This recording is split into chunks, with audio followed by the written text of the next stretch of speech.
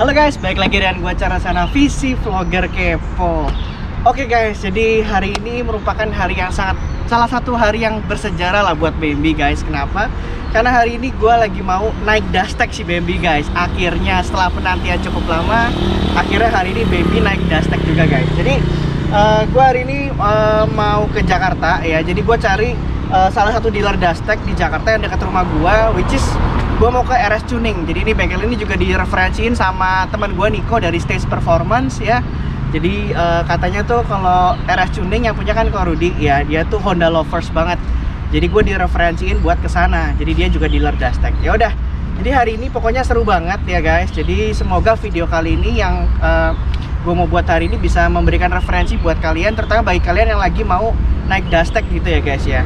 Dan ini di gua Dastek yang gue mau pasang pakai merek Unichip gitu ya guys, yang Q4 yang ini guys. Jadi udah nggak pakai throttle modul lagi karena throttle modulnya udah include di dalam sini. Terus gue juga udah ada selektor rotarinya juga gitu kan, dan iDrive ya buat ngelepas limiter. Sebenarnya limiternya sih udah dilepas waktu di remap kemarin, cuman gue kepengen lebih bisa berak-tak-tak aja gitu guys ya. Jadi harus pakai iDrive supaya lebih jos lagi gitu. Oke, nah pokoknya hari ini gue mau kupas tuntas seputar Dastek, pemasangannya gimana, berapa lama, terus apa itu iDrive nanti, terus kenapa harus Dastek, gak cuma remap aja. Gue mau tanya-tanya, gue mau kepoin semuanya buat kalian. Jadi semoga ini bisa jadi referensi buat kalian yang mau pasang piggyback juga gitu. So stay tune and enjoy the frame guys.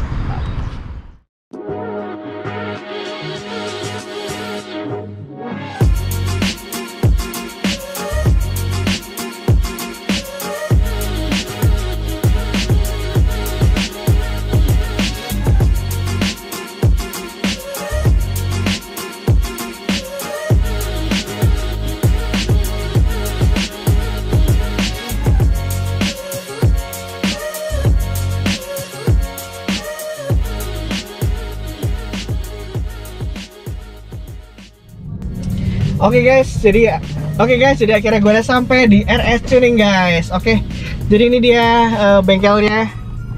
Oke, jadi langsung aja kita kepoin. Oke, jadi kita langsung kepoin aja bengkelnya. Gue udah sampai. Nah ini guys, RS Tuning ya. Oke, jadi sebelum masuk lebih jauh, kita mau coba apa ya, workshop tour dulu lah ya di bengkel ini. Mantap. Oke guys, jadi kita coba bawa kalian untuk kepoin RS Tuning dulu ya guys ya.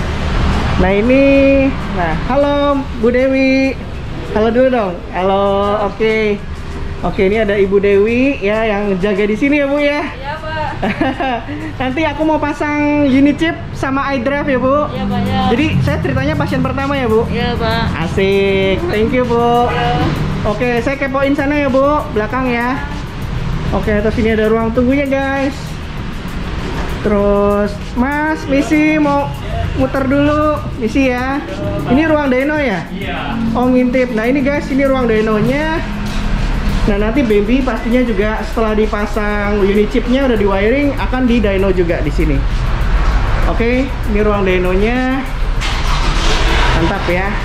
Sip. Terus dan ini, wah ini banyak mobil-mobil balap juga guys. Ini ada Estilo.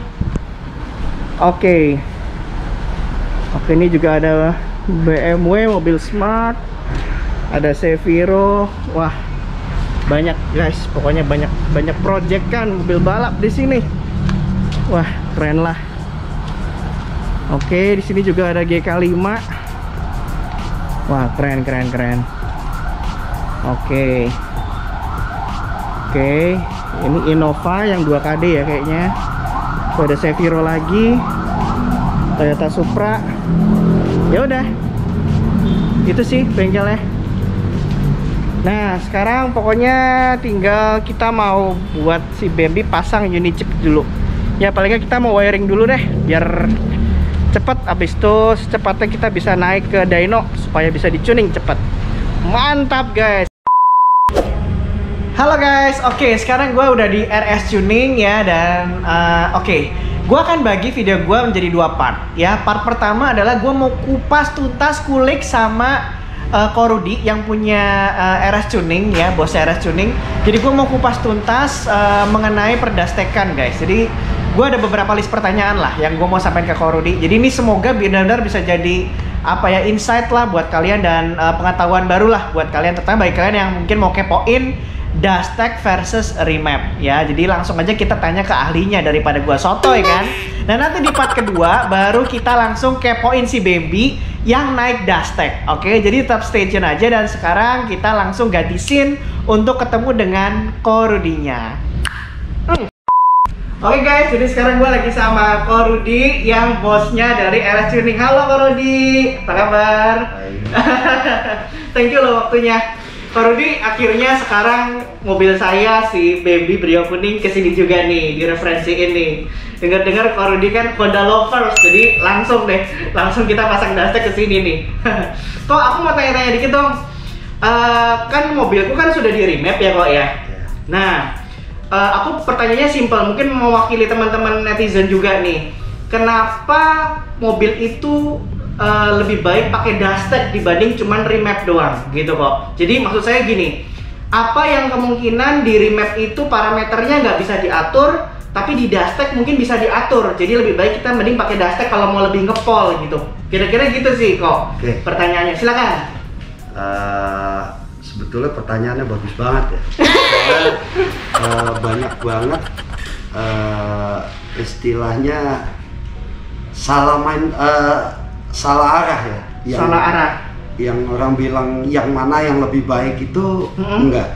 Jadi baik remap maupun Dastek kalau di-tuning dengan benar, iya. Apalagi mobil standar ya, kita Betul. ngomong mobil standar, hasilnya akan kurang lebih sama. Oh, jadi Sebetulnya ya. Oke. Cuma ada cumanya. Iya. Dengan kemajuan teknologi sekarang, Iya. semua orang bisa beli software remap.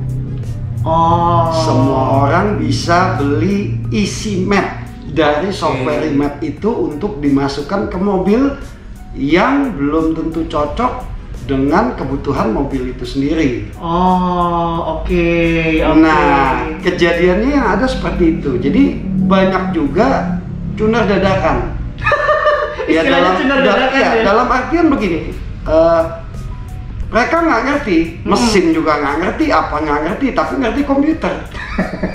Loh iya, jadi apa susahnya kita beli software remap? Iya. Kita beli mapnya, Iya. kita masukin, Langsung diinjek aja kayak langsung ECU-nya aja ya. masukin. Ada yang dari OBD, memang ada beberapa harus buka ECU, ada beberapa langsung dari OBD-nya Iya. bisa. Iya, itu nggak susah. Nggak susah ya. Nah, itu yang menjawab kenapa saya lebih merekomendasikan Unichip dari remap. Oke. Pertama, itu yang tadi saya bilang, banyak tuner dadakan. Jadi isi map ECU dengan mobil ini belum tentu cocok. Apa yang dibutuhkan si mobil itu sama map yang dimasukkan belum tentu cocok. Betul. Tapi ada juga yang memang kita bilang tuner ya. Iya. Dia bisa akses, dia tuning dengan parameter yang benar. Iya. Pakai sensor otomatis, Iya. entah itu knock atau entah itu oksigen sensor untuk baca buangan knalpot. Betul.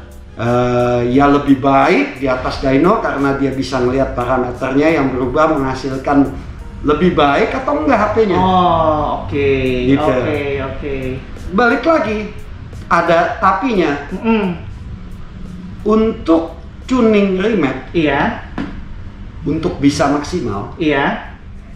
Remap nih ya, tuning remap remap. ya. Untuk tuning remap, ini saya lagi ngomongin remap isi. Oke. 2 hari juga belum tentu selesai. Oh iya? Ya. Kalau benar-benar mau benar. Kalau gitu kita ya? mau bener-bener kita ngomong tuning. Oke. Gitu. Nah ini jadi plus minus sebetulnya. Oke. Apalagi kalau di mobil bensin Iya. atau diesel non turbo. Lebih lama. Bukan, hampir nggak ada rasanya. Oh. Kalau mobil turbo, Iya. baik bensin maupun diesel, Iya. yang apalagi yang istilahnya VNT atau VGT yang electronic boost ya. Betul, VGT kayak di Pajero ya. Pajero atau Innova Strada, yang ya. baru atau Nissan yang baru, Navara baru atau ya Fortuner gitu ya. Itu akan lebih enak dari standarnya. Oh gitu. Kalau lebih enak jelas. Iya.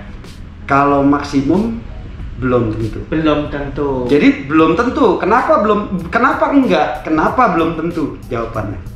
Belum di dyno. Enggak, belum bukan. kebukti. Karena ada beberapa map memang cocok sama mobil itu. Oke. Jadi kalau dia cocok, ya udah. Bagus, enak. Oke. Pasti lebih enak. Kita ngomong pasti lebih enak. Oke. Kecuali mapnya ngaco. Betul. Jadi nggak enak. Nah, atas keadaan yang saat ini seperti itu, kenapa kita rekomendasikan Dastech? Dastech ini bisa live tuning. Apa itu live tuning loh? Live tuning itu dalam artian begini, pada saat kita tuning, misalkan RPM 3000, Ya. injekan gas throttle 30%, kita bisa setel secara live. Oke. Pada saat itu di atas dyno kita lihat di sensor, ada ngelitik apa enggak, campuran bensinnya cukup atau enggak. Ya. Itu kita bisa langsung pada saat itu di titik itu kita bisa langsung tuning. Oke. Kalau remap setahu saya sampai saat ini Belum belum bisa. ada yang seperti itu. Oh. Jadi kita memang tuningnya dua tipe yang berbeda. Yang satu sangat mengandalkan data logging. Oke. Yang satu lagi bisa data logging atau ya real life tuning, kita hold di Itu piggyback ya? Kalau Iya, pakai piggyback. Oke. Gitu. Jadi setelah remap pun kita bisa Data logging. rapihin dengan Dastech ini. Oh, oke. Gitu. Oke, saya mau tanya dikit lagi boleh nih nggak? Nah. Kalau mobil sudah di remap, anggaplah remapnya dulu juga udah pakai dyno lah, atau Iya. misalnya kalau nggak pakai dyno, ya udah cukup enak lah. Kayak Iya, saya kan iya. nggak pakai dyno Iya. sih memang, tapi oke lah, menurut saya bagus itu enak.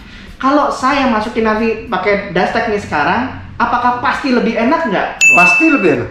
Definisi lebih enaknya tuh gimana, Ko Rudi, kalau boleh tahu? Iya, di atas kertas maupun rasanya dua-duanya pasti lebih enak. Pasti lebih jos. Iya, di atas kertas hasil dyno juga dia kalau kebetulan nih mobilnya NA ya. NA ini ada kenaikan sekitar 2 sampai 5 HP.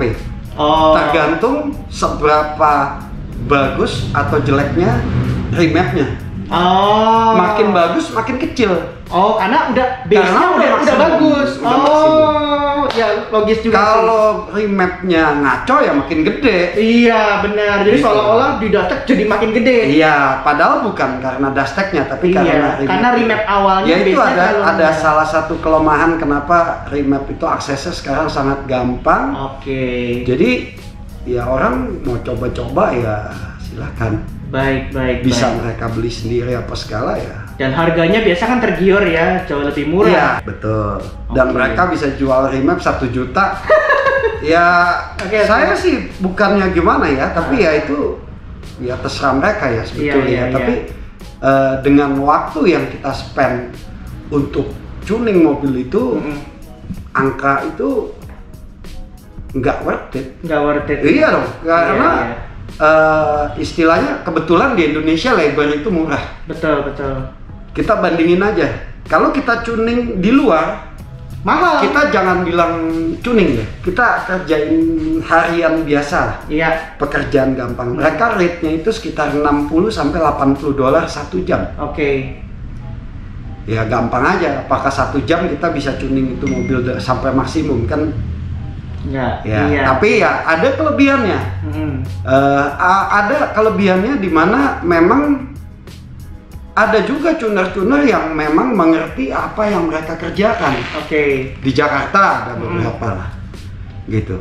Nah, mereka ini udah coba-coba sampai mereka ketemu untuk mobil ini yang paling mendekati maksimal mapnya yang mana. Oh, oke. Nah, biasanya Oke. mereka jual itu dengan fee sekian. Kalau yang istilahnya tuner yang kita tahu kredibilitasnya bisa kita beli sama mereka. Oke, jadi Gitu, sudah map yang diuji sudah di atas dyno mungkin ya, terus dibeli. Pengujian di atas dyno dan Belum tentu. sudah diterapkan di beberapa mobil. Itu oke, terus akhirnya dibeli itu mapnya. Iya, jadi itu available. Terus dijual. Iya, itu available. Oh. Nah, itu masih lebih mending. Dibanding. Oh iya dong, Dibanding nggak pernah karena proven biar gitu. gimana ya, namanya tuner itu yang benar ya, kita Iya, ngomong iya. benar. Basicnya harus mesin. Oke. Nggak bisa dia nggak ada basic mesin Nyoba langsung gitu ke ya. komputer, nggak bisa. Iya benar-benar. Gitu, basicnya tetap harus mesin. Oke, Setelah itu oke. dia mau komputer apa gimana ya, itu urusan belakang. Tapi kenapa dia harus basicnya mesin? Dia harus ngerti technical dasar dari mesin ini apa, jadi dia tahu apa yang dia cari pada saat dia tuning. Oke. Kalau enggak ya akan riskan. Berantakan juga ya. Akan riskan. Oke. Nah, sekarang pertanyaanku selanjutnya gini kok, Rudi. Ini kan piggyback ya. Piggyback ini dia sebenarnya kan memanipulasi ECU ya, kalau boleh saya ini ya. Yang Benar saya nggak? tanya, memanipulasi ECU ini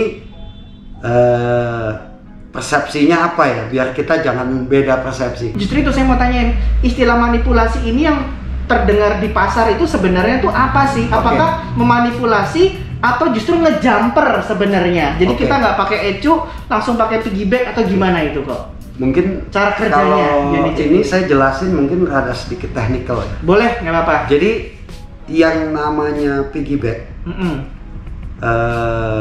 kita ngomong biasanya mereka bisa menyetel ignition timing atau Oke. pengapian Betul.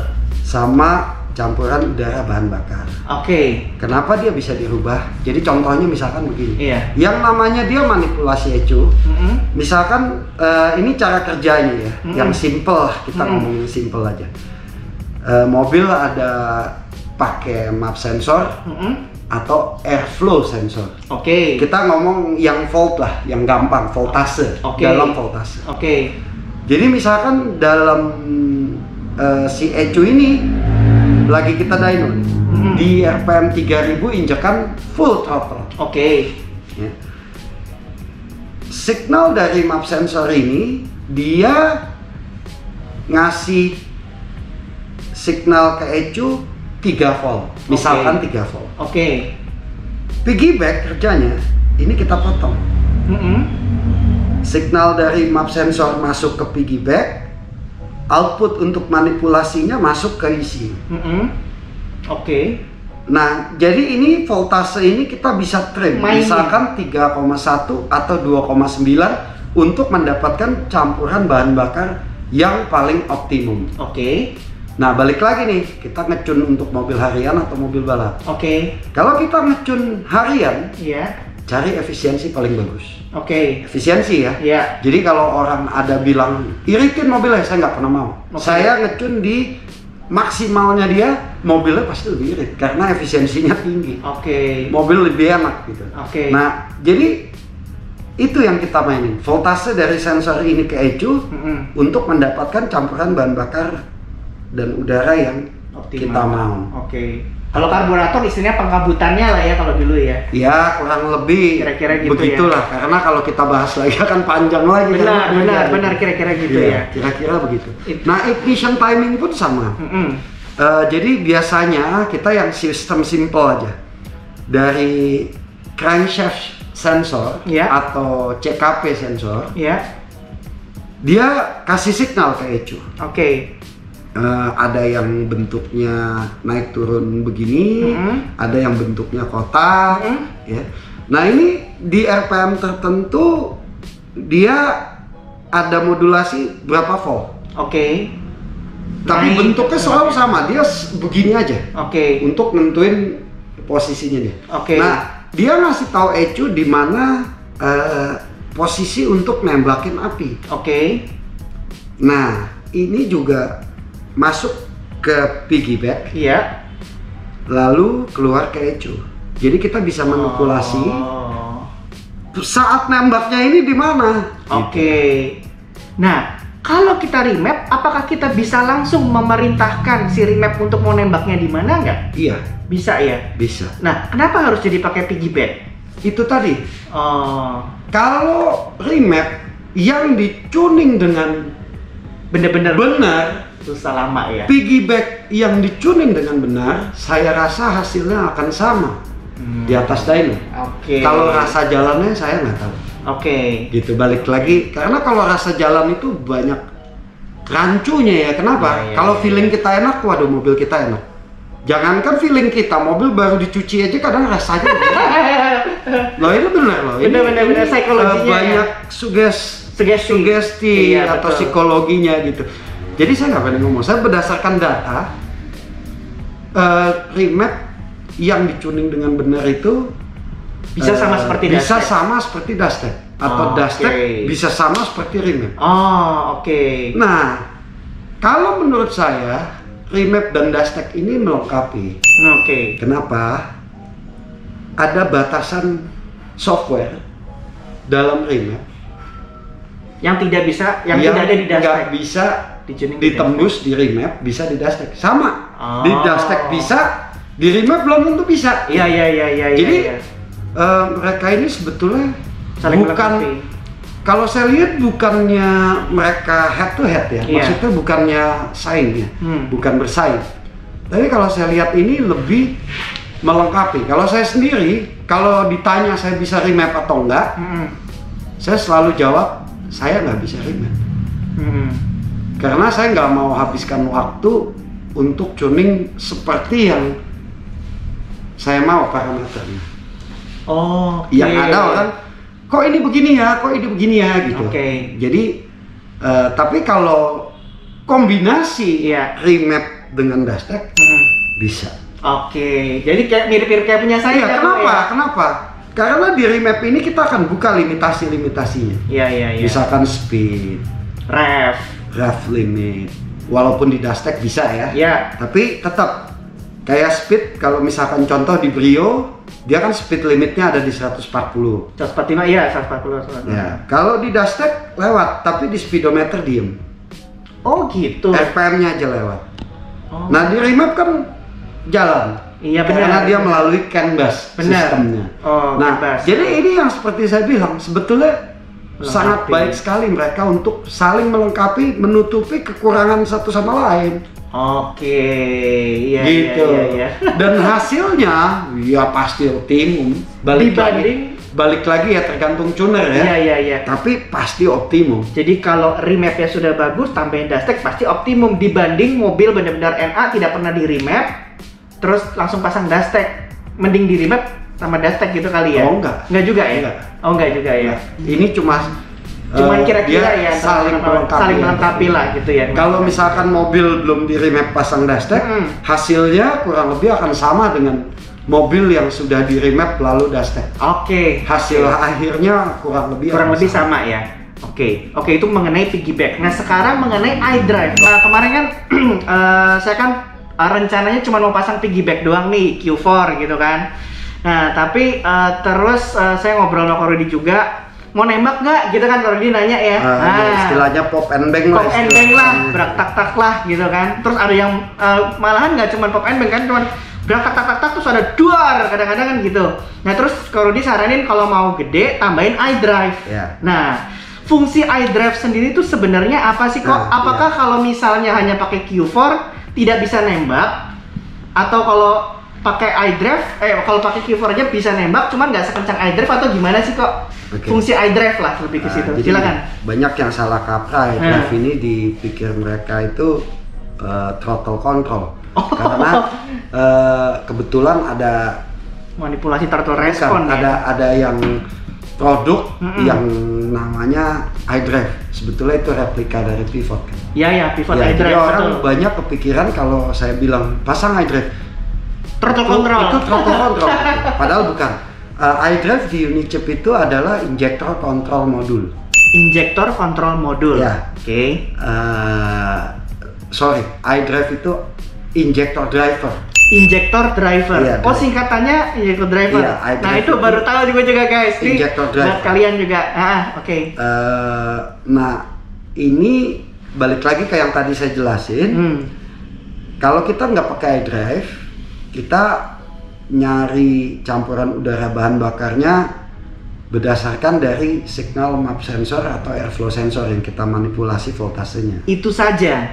Tapi kalau pakai iDrive langsung kita cut signalnya ke injektor. Oke. Jadi kita secara spesifik langsung pengaturan di injektor. Udah bukan dari data map sensor atau airflow lagi. Kenapa? Dia bisa lebih halus dan biasanya juga lebih enak ya buat baik yang kita yang ngecun lebih mudah, baik yang nanti hasilnya juga biasanya beda nih mobilnya. Oh gitu. Ya. Apakah akan menaikkan HP atau torsi? Enggak. Tidak. Jadi balik lagi kalau hasil akhir itu sebetulnya enggak. Ya? Tapi ada kelebihan di iDrive yang kenapa kita selalu kita saranin gitu. Apa tuh?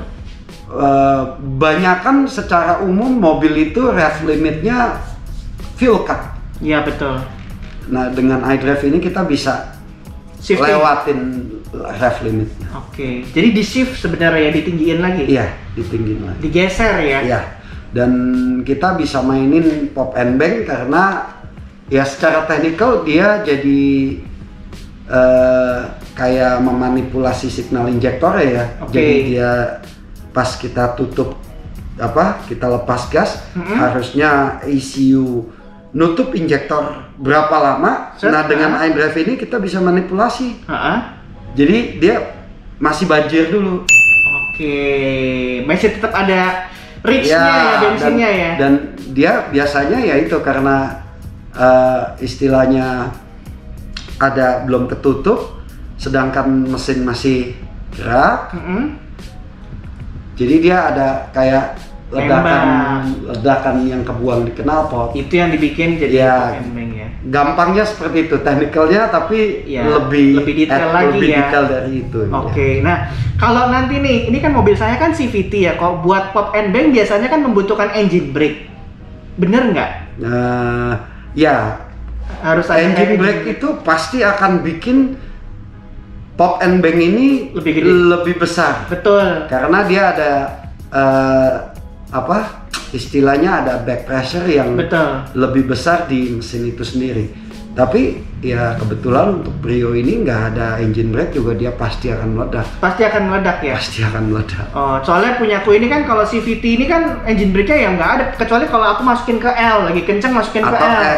Atau S, ya baru terus ditowel dikit biasanya ya. Harus ditowel ya, tetap harus ditowel ya Pak ya, itu ya. Nanti kita lihat. Ini kita lihat. Soalnya karakter mobil, nah ini yang saya bilang, karakter mobil itu walaupun merek sama, jenis sama, mesin sama, standar, hasilnya semua beda. Oh gitu ya? Iya. Oke, mantap nih, aduh thank you banget nih kok. Nah sekarang nih lebih mengerucut kepada saya punya mobil nih kok, si kuning. Nah mobil saya ini perubahan yang sudah saya lakukan, tentunya kan kalau Rudy ketika mentuning kan pasti harus tahu dong mobil saya udah diapain aja nih gitu kan.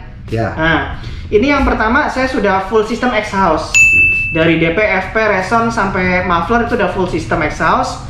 Terus saya sekarang pakai open air filter juga gitu kan. Terus saya pakai busi yang iridium juga sih, NGK. Sementara sih memang baru itu sih kok, sisanya paling kayak saya tambahin voltage stabilizer lah, kayak XCS gitulah gitu.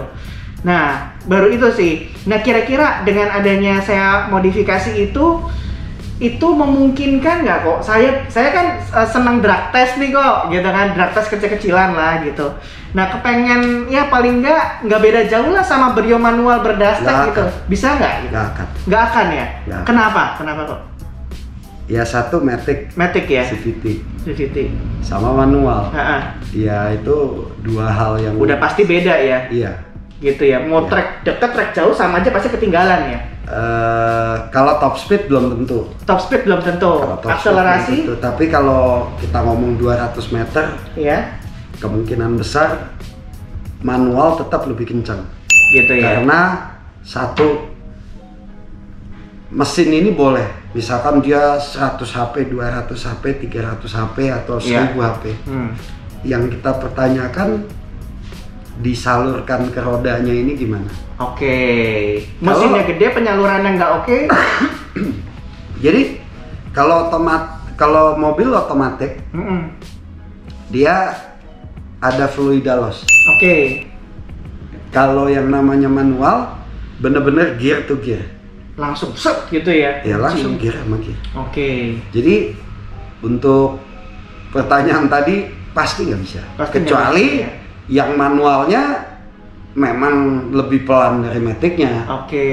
Jadi speknya yang mungkin ya beda. Beda ya? Iya. Oke. Tapi kalau sama-sama Brio, satu Matic satu manual, nggak akan. Nggak akan ya? Nggak akan. Kalau menurut saya nggak akan. Nggak akan ya? Nah, ini nanti kita akan pakainya tuh di dyno-nya kan BHP ya kok ya? Brake horsepower ya? Bukan wheel horsepower ya? Ini horsepower and engine. On engine ya? Bukan on wheel ya? Bukan on wheel. Oke. Nah, artinya sebenarnya on engine tapi kan dia pengukurannya dari roller yang ada di ban juga ya sebenarnya. Ya, betul. Jadi kembali lagi bisa saja engine-nya mungkin lebih besar daripada punya Brio yang mana gitu, tapi karena penyalurannya karena dia ada fluida loss misalnya, bisa jadi lebih kecil jadi HP-nya ya dibanding yang manual. Bener nggak kok gitu? Iya mungkin aja. Bisa saja ya? Mungkin aja. Bisa saja ya? Oke, jadi mungkin itu sih. Jadi nanti mungkin request aku sih ke Rudi nih. Aku request, aku pengen mobilku tuh, aku sih nggak peduliin iritnya. Nggak, aku kepengen yang jelas ini paling pol-polnya tuh seberapa sih secara akselerasi gitu. Dan ini bensin aku pengen di settingnya pakai tapi ada 5 mapping ya nanti Dastek ya. Nanti aku bisa milih ya kok ya, mau di setting apa gitu ya. Yang jelas aku pengen ada satu settingan yang benar-benar ngepol. Jadi pakai Pertamax turbo, terus apa biasanya SP7 ya. SP7 lebih ke throttle responnya ya mungkin ya. Sampai berapa sih SP kalau paling tinggi kok? Bisa berapa aja, itu Bisa cuma berapa aja istilah. ya? Cuma istilah doang ya. Untuk mempermudah. Oke. Sama kayak orang modifikasi stage Iya. 1, stage 2, stage 3 sebetulnya Sama aja, nggak ya. ada gitu. Cuma itu untuk satu apa ya? Jadi ada satu patokan. Stage 1 itu apa sih? Biasa orang-orang di luar kan stage 1 itu biasa mereka ganti exhaust, ganti filter, itu mereka sebut stage 1. Jadi untuk patokan aja. Oke. Sama kayak throttle respon di Unichip, kita bisa tuning, mau kita injak 10% udah gaspol juga bisa. Oke. Cuma kan di bawah harian nggak enak, gitu ya. Begitu kan. Benar. Ya jadi kita salah satunya terinspirasi dari Pivot. Iya. Jepang. Iya. Mereka pakai istilahnya SP1 sampai SP7. Oke. Singkatannya Sport 1 sampai Sport 7. Sport 1 sampai Sport 7. Iya. Jadi kita patokannya di sana. Oh, itu. Iya. Kalau untuk mapnya sendiri kita bisa manipulasi seperti apapun. Terserah ya. Iya. Bisa kita, ya seperti tadi saya bilang, mau injak 5 atau 10% dia udah full throttle juga kita bisa bikin. Gitu ya. Iya. Nah, yang kira-kira pas nanti buat si Brio kuning saya nih, enaknya settingan nanti kita udah ada settingan map sendiri, ya dicoba aja karena dulu ya. balik lagi karakter nyetir orang ini beda-beda. Oke. Jadi mereka suka yang mana. Kalau untuk throttle bisa balik dan kita bisa map dengan free kemauan gitu ya. Iya. Okay. Kalau itu nggak masalah. Tapi nanti tetap saya ada fine tuningnya juga dong ya kok ya, karena kan saya kepengen disesuaikan supaya bisa paling ngepolnya lah secara fine tuning dalam artian apa? Jadi misalnya kan Ko Rudi kan punya base mapnya mungkin di Dastek kali ya buat si all new Brio CVT mungkin ya. Nah setelah itu mungkin ada pengaturan lagi kali ya dari base map itu ya. Setiap pemasangan Dastek kita nggak pernah yang namanya copy paste kelar. Selalu kita cek per RPM per point yang ada di laptop itu. Udah bener apa belum? Oke. Base map ini dalam artian kita supaya angkanya udah lebih dekat. Jadi kita nggak terlalu lama untuk nyarinya. Oke. Gitu. Jadi biar gimana pun pasti akan dicuning. Dan saya nggak pernah tuning maksa ataupun orang minta irit, saya nggak pernah. Jadi saya tuning maksimal dan aman. Jadi mobil mau digas apa gimana ya silakan aja, tahu udah dicuning. Gitu ya. Iya. Oke. Iya deh. Mungkin pokoknya kalau aku kepengennya nanti paling nggak akselerasinya paling jos deh kok. Soalnya saya senang ngetes 0 sampai 100 atau 0 sampai 120 gitu. Suka ngadu-ngadu gitu lah, drag test gitu. Nah itu kepengen yang ini, tapi kalau udah sampai 160 ke atas, saya nggak terlalu banyak main ke sana untuk ngejar top speed, nggak terlalu gitu. Itu bisa ya kok disesuaikan ya untuk main di torsi bawahnya sampai menengah ya. Kalau secara teknikal ya nggak bisa. Oh, nggak bisa ya? Karena itu sebetulnya berhubungan dengan camnya ya? Iya, tapi kalau kita ngomong gampang, ya bisa, tinggal kita manipulasi throttle-nya aja. Okay. Balik lagi, rasanya.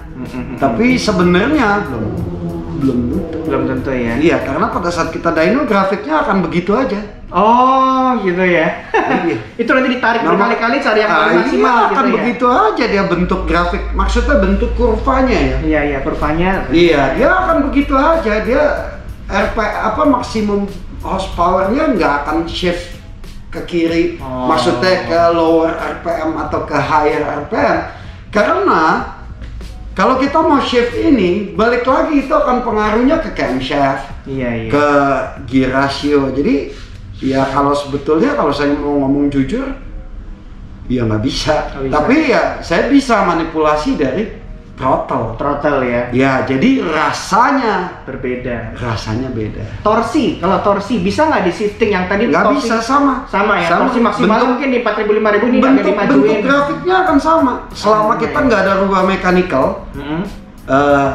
dia akan sama bentuknya. Akan sama ya? Iya, cuma bedanya naik dikit lah. Misalkan yang standar dia begini, yang dustek bentuknya sama tapi dia naik. Nah, bisa ya itu ya? Iya, cuma bentuknya sama. Oke, tapi lebih tinggi sedikit lah angka torsinya gitu ya?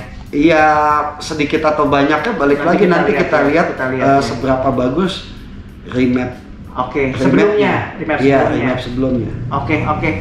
Dah, terakhir nih kalau saya kan pakai open filter. Iya. Nah, banyak yang bilang deh kalau Matic apalagi CVT open filter udah pasti tarikan bawahnya terutama itu ngempos. Nah, itu bener nggak Pak Rudi? Jadi gini, untuk Brio yang baru kebetulan dia ada satu kelebihannya, dia cuma pakai map sensor. Yang ada di intake ya? Yang ada di intake manifold. Iya, di sini. Kalau kita pakai map sensor, kita pakai open filter, dia nggak ngaco. Oke.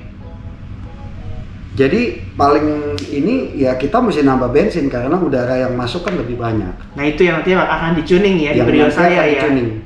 Tapi kalau mobil yang pakai airflow, kalau diganti open filter yang ngaco dan rasanya nggak akan enak kalau nggak pakai perangkat tambahan misalkan remap atau unit chip. Oke. Jadi tapi kalau disetel lagi, maksudnya di tuning, di fine tuning, RPM tengah ke atasnya akan lebih bagus open filter. Oke, RPM tengah dan ke atas akan lebih bagus open filter. Pasti. Dengan catatan harus di fine tuning lagi lewat unit chipnya, maupun unit chip maupun remap atau perangkat lainnya, istilahnya piggyback lah. Oke. Dibanding saya pakai close filter hanya ganti replacement filter doang gitu ya? Udah pasti. Sudah pasti ya? Pasti. Jadi nggak salah saya pakai open filter ya? Nggak salah, cuma banyak pertimbangan. Kalau kita di Jakarta ini hujan, banjir, nah itu yang jadi pertimbangan. Lebih ke resiko di sana. Iya, sama panas. Oke, panas dari mesin ya? Iya. Cuma kan kalau tengah ke atas kita di tol kencang masuk dari depannya. Jadi udah nggak relevan. Nggak relevan untuk panas ini. Tapi yang kita perlu pertimbangkan air. Oke. Takutnya masuk ya. Itu doang. Oke. Baik, Ko Rudi. Ya semoga mobil saya hari ini bisa dicuning sampai semaksimal mungkin. Ada sih cita-cita kalau lihat teman-teman yang Brio manual terutama ya kok yang pakai dustek, dia bisa sampai 120 HP. Nggak bisa. Nggak bisa ya, pasti. Soalnya ya? CVT dynonya boleh dibilang untuk HP-nya boleh saya bilang kurang akurat. Karena dia CVT-nya sendiri nggak ngoper. Oke, jadi kita lihat perbedaan sebelum dan sesudahnya aja. Oh gitu ya. Bukan lihat angkanya. Tapi kalau yang manual real. Manual real. Ya. Oh jadi bisa saja ini yang di CVT jadi seolah-olah jadi nggak real angka di atas kertasnya ya? Iya. karena dia nggak ganti gigi ya, Iya. manteng terus. Nanti ya. juga kelihatan RPM-nya mungkin bisa 8.000 atau 9.000. Oke. Padahal nggak segitu karena dia nggak mindah aja sih. Oh, dia nggak mindah. Tapi ya kalau bisa ya oke. Oh ya cobalah kita lihatlah semaksimal mungkin lah kalau gitu ya Pak ya. Oke, sekali lagi thank you banget loh Ko Rudi. Ya. Jadi nggak salah pilih lah saya sama Ko Rudi. Luar biasa, jam terbangnya luar biasa juga. Terkenal Ya. sama Honda lover juga ya, terkenal ya Ko Rudi ya. Kalau Honda. Honda, saya memang Pecinta Honda nih kayaknya. ya memang dari dulu sukanya Sukanya Honda ya. Honda ya. Oke, jadi buat kalian guys yang pencinta Honda mau pasang piggyback, nggak usah ragu lagi, langsung ke RS Tuning, langsung ketemu sama Ko Rudi, mantap. Thank you banget nih Ko Rudi. Jadi kita langsung gas aja. Abis ini kita lagi wiring, masih lagi beresin. Abis itu kita tuning ya. Sukses selalu buat Ko Rudi. Ya. Pokoknya sehat selalu juga. Thank you Ko Rudi. Thank you. Oke guys, jadi kita tadi udah bincang-bincang, udah kupas tuntas seputar Dastek sama pakarnya Ko Rudi ya, mantep banget. Jadi ini semoga bisa jadi part 1 ini bermanfaat banget lah buat kalian, terutama bagi kalian yang lagi galau nih mau pasang Dastek apa remap aja ya. Semoga ini bisa menjadi pencerahan buat kalian semua. Oke, jadi sekian dulu vlog untuk part 1 ya kan mengenai Dastek. Jangan lupa like dan subscribe supaya gue tetap semangat lagi untuk bikinin konten-konten yang menarik dan bermanfaat buat kalian semua. Jangan lupa juga share ya video ini supaya banyak banget orang-orang yang semakin ngerti lagi mengenai perdastekan dan perimepan. Oke?